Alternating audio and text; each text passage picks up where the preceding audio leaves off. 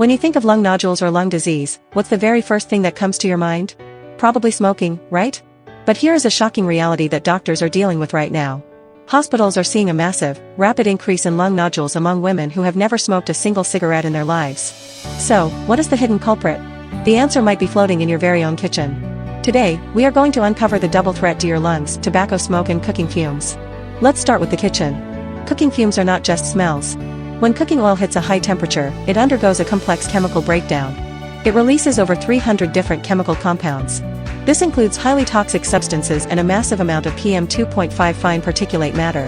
When you breathe this in, these tiny particles travel deep into your lungs, triggering a cascade of biological reactions. And one of the earliest visible signs of this damage is a lung nodule. Don't just take my word for it. A 2025 study published in Safety and Health at Work looked at school cafeteria cooks who were heavily exposed to cooking fumes. The results were alarming. The detection rate of solid lung nodules in the cooks was a staggering 75%. In the control group of people who didn't work in kitchens, it was only 33%. The cooks also had significantly thicker bronchial walls and enlarged lymph nodes, proving that kitchen smoke leaves a physical mark on the lungs.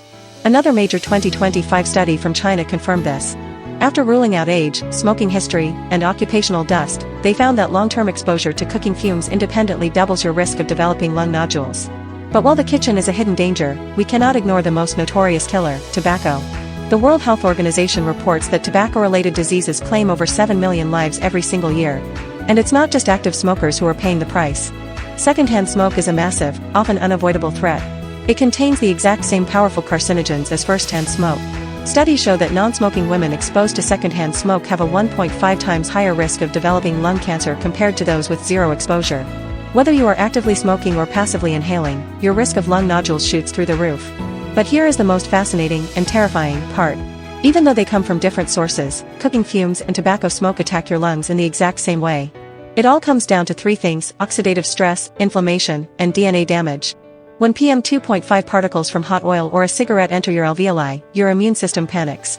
It sends in immune cells called macrophages, which release inflammatory markers, creating a chronic state of inflammation in your lungs. Your lung tissue is trapped in a constant cycle of being damaged and trying to repair itself. And every time it tries to repair, the risk of a genetic mutation increases. A 2025 review in EMBO Molecular Medicine pointed out that PM 2.5 can directly activate cancer-causing genes. In fact, laboratory studies show that at high concentrations, the DNA damage caused by PM 2.5 is basically equal to the damage caused by concentrated tobacco smoke. The attack on your lung cells is nearly identical. So, how do we defend ourselves against this double threat? If you smoke, quit. It is the single best thing you can do for your lungs. If you don't smoke, be aggressive about avoiding secondhand smoke. Walk away from it in public spaces and set strict boundaries in your home. Lung nodules can be scary, but they are also a warning sign.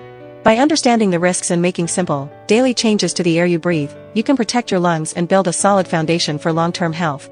Thanks for watching. If you found this video helpful, make sure to hit that like button, subscribe to the channel, and share this with someone you care about. See you in the next video.